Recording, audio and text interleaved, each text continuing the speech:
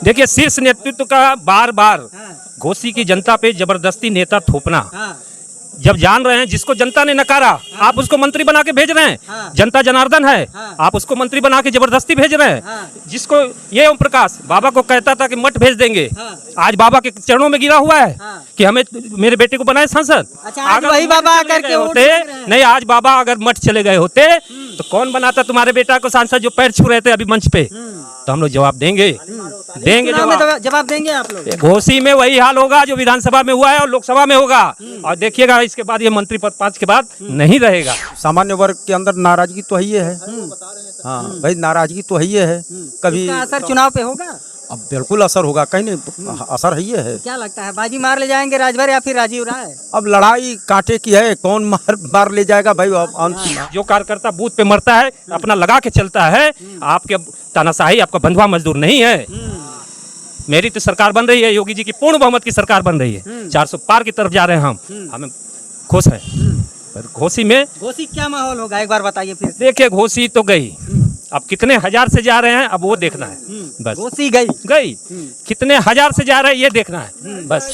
और इस सरकार में एक बड़ी सबसे बड़ी यह कमी है कि बेरोजगारी इतनी है कि पढ़े लिखे लड़कों की उम्र जो है चली जा रही है और किसी और के नहीं हो पा रहे हैं। यही है सबसे बड़ी समस्या। कम से कम उनसे ये लिखित ले लें कि 5 साल रहेंगे कि नहीं। हो सकता है कि वोट लेके कहीं चले जाए। अभी उन्होंने कहा है बलिया में कि अगला गठबंधन बसपा के साथ में करने जा रहा हूँ। जनसभा को तो देखते हुए यही मालूम दे रहा है कि यह सीट जो है निकल रही है, राजभर जीत जाएंगे। जीत जाएंगे केवल संख्या को देख करके, लेकिन असंख्या आधार नहीं है। मूल रूप से यह भी माने रखता है कि जो प्रत्याशी है वह प्रत्याशी एकदम दल बदलू है। हमारी मौजूदगी घोसी में है और घोसी में 1 तारीख को मतदान है। आज यहाँ पे मऊ के हम लोग रानीपुर में है और रानीपुर में योगी जी जनसभा की है। जनसभा समाप्त होने के बाद लोग अपने अपने घर के लिए प्रस्थान किया और सड़क अब सूनी हो गई है। अगर संख्या की बात करें, बहुत से लोग आए थे, लोगों से हम लोग बातचीत किया और यहाँ पे देखिए सड़क के किनारे कुछ लोग खड़े हुए हैं, क्योंकि रैली में आए लोग जो है कहीं ना कहीं उन्हीं का पक्ष लेकर के बात करते हैं और जो लोग सड़क पे खड़े रहते हैं वो बताते हैं कि सच्चाई और हकीकत क्या है। बात करेंगे। चाचा जी, बहुत बहुत स्वागत है। क्या नाम हुआ आपका? दिनेश सिंह। किसका माहौल है घोसी में? देखिए, घोसी की लड़ाई त्रिकोणीय है। कौन कौन है? तो हकीकत लड़ाई में कौन कौन है? माहौल हमसे अगर पूछेंगे आप तो माहौल तो यहाँ हकीकत में कमल का फूल का है, लेकिन कमल का फूल प्रत्याशी है नहीं। ये गठबंधन में गई है तो कमल के फूल से समर्थित जो प्रत्याशी हैं अरविंद राजभर, उनके साथ है आदमी, लेकिन लड़ाई त्रिकोणीय हो गई है। अगर यही कमल का फूल सिंबल पर लड़े होते छड़ी के बजाय तो ये चुनाव ना 2-2 लाख लोग पीछे रहे होते। हाँ, कि कुछ लोगों का जमानत भी जब्त हो गया होता। अच्छा, अगर अरविंद राजभर छड़ी से न कमल से आए होते क्या माहौल होता? माहौल बहुत बढ़िया। अभी तो छड़ी से हैं। हाँ, छड़ी से हैं। दिक्कत ये आ रही है कि जैसे महिलाएं हैं। छड़ी और कमल में क्या अंतर है? छड़ी और कमल में अंतर है, मैं बता रहा हूँ आपसे कि जैसे छड़ी सुहलदेव भारतीय समाज पार्टी का चुनाव सिंबल है और कमल का फूल भारतीय जनता पार्टी का है और दोनों का गठबंधन है। चूंकि जो भाजपा के मूल वोटर रहे हैं, गांव के बहुत से ऐसे हैं 50% जो बिल्कुल अशिक्षित हैं और वो कमल के फूल को ही देख करके वोट देते हैं। फूल नजर आता है। अब दिक्कत ये हो रही है कि उसको कार्यकर्ताओं को उस सिंबल को कि हमको छड़ी निशान पर वोट देना है पहुंचाने में ज़्यादा दिक्कत आ रही है। अगर यह समस्या अगर नहीं होती, अगर कमल का फूल होता तो यही लड़े होते, अरविंद राजभर ही लड़े होते, कमल के फूल से लड़े होते तो यह चुनाव अब हो सकता है कि जो लोग चिल्ला रहे हैं ना उन लोगों की जमानत भी जब्त होती है, 1-2 पार्टी वालों की। यह स्थिति होती है। अच्छा, त्रिकोणीय समीकरण में कौन कौन है? कौन है? बसपा है और सपा है और भाजपा। प्रभावशाली कौन है? प्रभावशाली अरविंद राजभर हैं। अरविंद राजभर। हाँ। क्या चाचा जी, क्या लगता है, क्या नाम हुआ आपका? हंसनाथ सिंह नाम है हमारा, ग्राम मंडूसरा के रहने वाले हम हैं। चाचा जी कह रहे हैं कि त्रिकोणीय समीकरण है और सब पे भारी पड़ रहा है अरविंद राजभर। कह रहे हैं, गलत नहीं कह रहे हैं। वो भी काफी प्रचार करते हैं, हम तो नहीं जाते होते हैं प्रचार में। जैसे आप लोगों का राजनीतिक पुराना अनुभव है, आप लोग जानते हैं जमीन पे किसकी क्या हकीकत है। आप लोग जो बताएंगे वही सच्चाई होगी। बोलिए। अब यहाँ देखिए, टोटल जैसे पिछला इलेक्शन हुआ था उसमें जो हम लोगों के प्रत्याशी का नाम रहा हरिनारायण राजभर बहुत कम वोटों से आते थे, जबकि सपा और बसपा मिल के लड़ी थी। अब इस बार अगर देखा जाए तो सबसे भारी तो है ये हैं छड़ी वाले।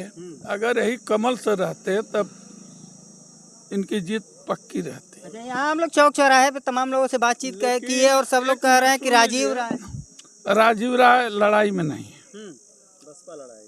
बसपा है लड़ाई में, राजीव राय लड़ाई में नहीं है। मुस्लिम वोट है, हम महुए में रहते हैं, उनके ऊपर मुस्लिम वोट चढ़ नहीं रहा है। मुसलमानों का यह कहना है कि जब जाइए तो बंद रहते हैं, यहाँ के रहने वाले नहीं हैं। बालकृष्ण चौहान यहाँ के हमारे लोकल हैं, यहाँ रहते हैं, उनका स्कूल और सेवा भी देते हैं।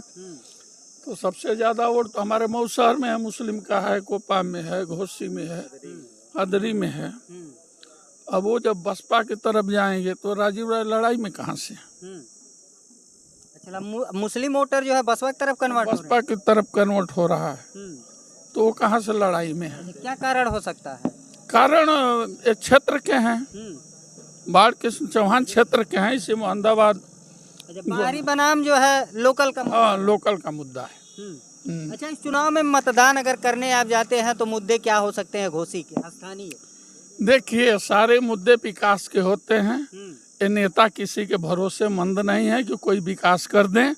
जो करना है हम लोगों को करना है। हमारा सबसे इलाका पिछड़ा हुआ है, यहाँ जो जीता वो भागा, वो अपना विकास किया। यहाँ की जनता का विकास थोड़ा मोड़ा, अगर चाहे लोकल रहा हो या बाहरी नहीं, लोकल जो थे बैजनाथ पासवान थे यहीं के फतेहपुर बगल में के, इन्होंने विकास किया, सपा से थे। श्री राम सोनकर जी ने भी थोड़ा किया, लेकिन दोबारा श्री राम सोनकर भी नहीं किए, भाजपा से थे। नहीं तो जो भी विकास अच्छा अगर किए हैं तो यही किए थे बैजनाथ, बाकी कोई नहीं। जो जीतता है वो भाग जाता है। चलिए आते हैं, थोड़ा सा और कुछ लोग हैं, इनसे भी बातचीत कर। क्या नाम हुआ? बच्चेलाल। कितनी उम्र हो गई लमसम? अरे 68 वर्ष। 68 वर्ष। अच्छा, किसका माहौल है यहाँ पे? देखिए भैया, माहौल तो हम तो भाजपा ही हैं, आपको झूठ क्यों बोले। हम तो भाजपा को ही वोट देते हैं, हमारा वोट तो फिक्स डिपॉजिट है। यहाँ से बीजेपी प्रत्याशी कौन है? बीजेपी के प्रत्याशी यहाँ कोई नहीं है, उनके गठबंधन में है ये छड़ी वाले। क्या लगता है कि छड़ी का प्रभाव बीजेपी पे जमेगा?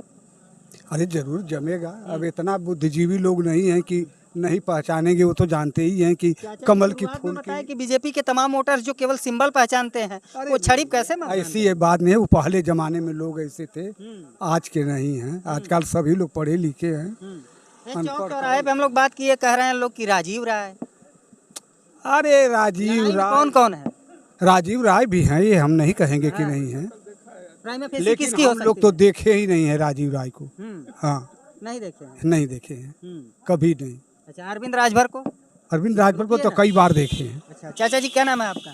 रामानंद यादव। अच्छा, यादव जी, किसका माहौल है यहाँ पे? माहौल राजीव राय का है। राजीव राय का। देखिए, राजीव राय कहा कि दल बदलू नेता नहीं है। बालकृष्ण चौहान भी दल बदलू हैं, एक बार कांग्रेस में तो एक बार उसमें तो इसमें हैं। अरविंद राजभर के पिताजी का हाल है, ओम प्रकाश राजभर का आप जानते हैं। क्या हाल है? हाल है कि उनको गाली देना, फिर इनको गाली देना, फिर इसमें आना, फिर उसमें आना, यही काम है। तो क्वालिटी तो है राजीव राय के पास है। और जो अरविंद राजभर हैं, कब से आए हैं, जब से उनको सिंबल मिला तभी से कोई देख रहा है। ओम प्रकाश राजभर के यहाँ की कोई राजनीति नहीं की है।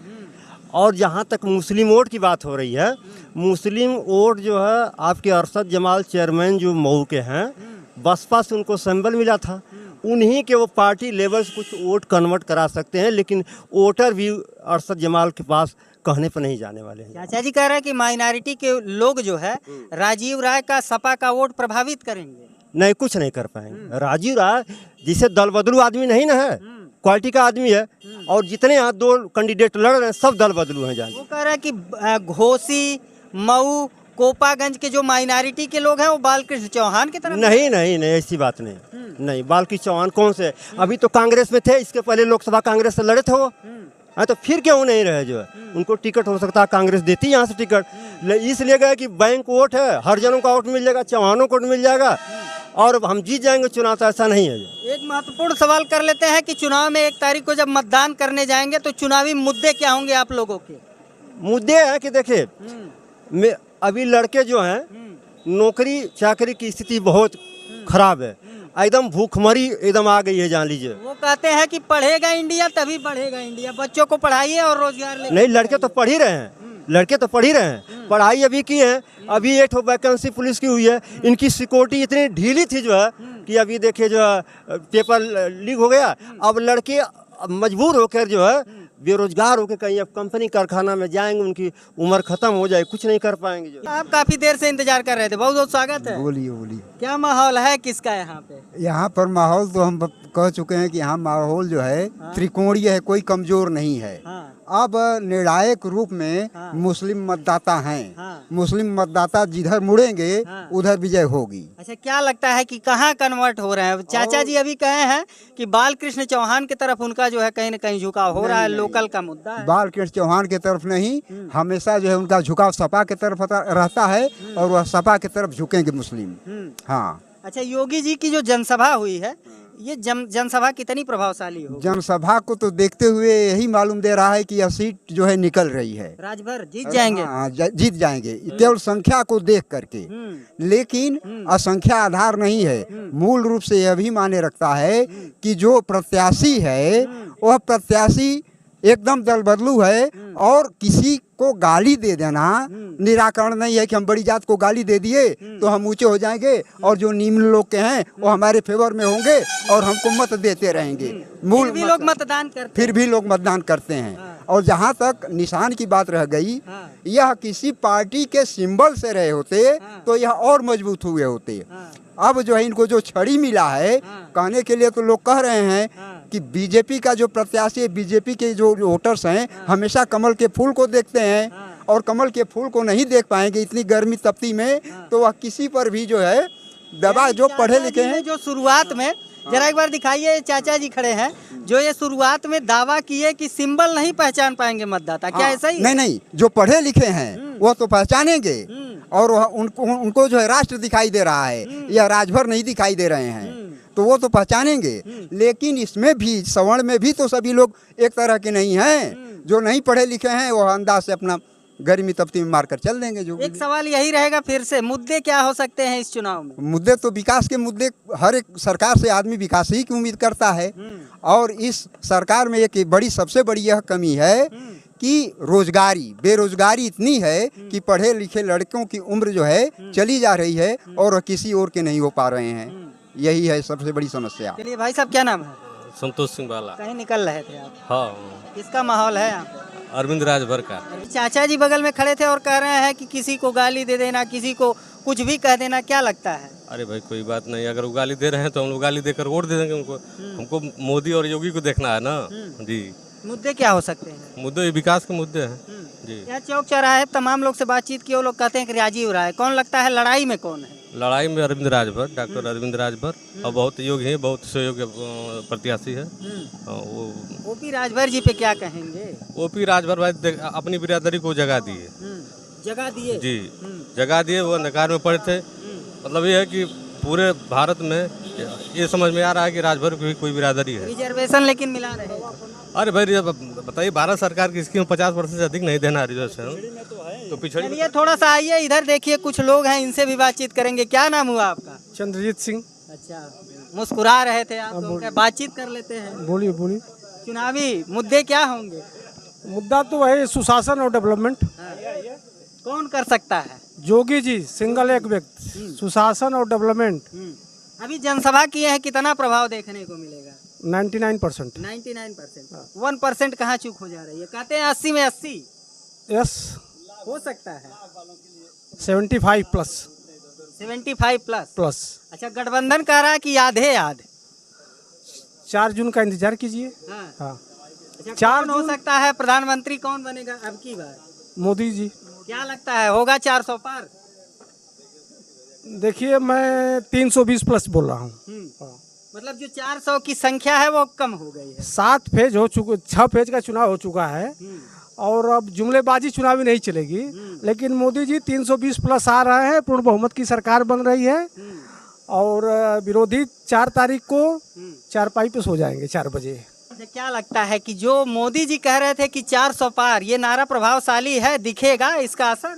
10 साल के शासन करने के बाद अगर इस तरह का जुमला नहीं फेंका गया होता तो जो नैरेटिव था उसको मारने का ये जुमला था। अच्छा, ये जुमला मोदी जी अरे कोई भी मैं भी रहता तो वही जुमला चलाता, लेकिन तीन चुनावी जुमला था। आज 6 फेज हो चुका है, 7वां फेज है, 320 प्लस सरकार बनने जा रही है। यहाँ किसका माहौल है, यहाँ कौन लड़ रहा है? छड़ी मोदी जी के साथ योगी जी, युवा हृदय सम्राट योगी जी। चाचा जी शुरुआत में बताया कि छड़ी को लेकर के लोग थोड़ा सा कंफ्यूज हो रहे हैं। कोई कंफ्यूजन नहीं है, कमल और छड़ी में नहीं कंफ्यूजन नहीं है, सारे लोग जागृत हैं। हम जिला पंचायत का वोट करते हैं, प्रधानी में वोट करते हैं, तो जैसे वहाँ है उसी तरह सब लोग अपने अपने घर को समझा लेंगे और जो 20 मिनट का खेल होता है। क्या भाई साहब, क्या नाम है आपका? राम प्रकाश सिंह। किसका माहौल है यहाँ पे? माहौल यहाँ देखा जाए तो सपा और भाजपा का है। सपा और भाजपा यही है। अच्छा, कौन आगे जा रहा है? आगे दोनों में कुछ कहा नहीं जा सकता। कहा नहीं जा सकता है। यहाँ तमाम लोग कह रहे हैं कि राजीव राय भी है और ये अरविंद राजभर भी, दोनों लोग हैं। हाँ, लड़ाई में। अच्छा, कौन आगे जा रहा है? यहाँ देखिए लड़ाई त्रिकोणीय लड़ाई है। और कौन आगे जा रहा है अब तो जनता ही मतलब उसका निर्णय करेगी। आज योगी जी की जनसभा हुई है, क्या लगता है प्रभाव देखने को मिलेगा? नहीं, योगी जी का प्रभाव तो है ही है। योगी जी को देखने के लिए तमाम जनता जो है टूटी है, लेकिन यहाँ चूंकि ओम प्रकाश से नाराजगी है लोगों की। क्या नाराजगी हो सकती है? नाराजगी जो है कभी भाजपा के लोगों को गाली देना, कभी संघ के लोगों को गाली देना, यही नाराजगी है लोगों की। कभी परिचय क्या हो सकता है? मैं शेषनाथ सिंह, मैं अखिल भारतीय क्षत्रिय महासभा का जिला संगठन मंत्री हूँ। भारतीय जनता पार्टी से? नहीं, अखिल भारतीय क्षत्रिय महासभा। तो कहीं न कहीं नाराजगी आपके अंदर भी है? अब भाई सामान्य वर्ग के अंदर नाराजगी तो ही है। हाँ भाई, नाराजगी तो ही है। कभी इसका असर चुनाव पे होगा?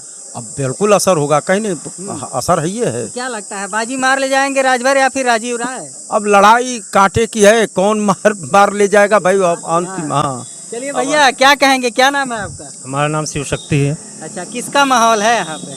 देखिए माहौल तो यहाँ अब जिसका भी हो, पर हम अपना विचार व्यक्त कर रहे हैं। जी। हम लोग राष्ट्रवादी विचारधारा के लोग हैं और हमेशा से शुरू से वोट राष्ट्र के प्रति ही किए हैं। योगी जी, मोदी जी हम लोग के नेता हैं और हमारी पूर्ण बहुमत की सरकार बन रही है। घोसी में चूंकि गठबंधन में छड़ी को दिया गया है और छड़ी से हम लोग काफी नाराज हैं। छड़ी से नाराज है जी।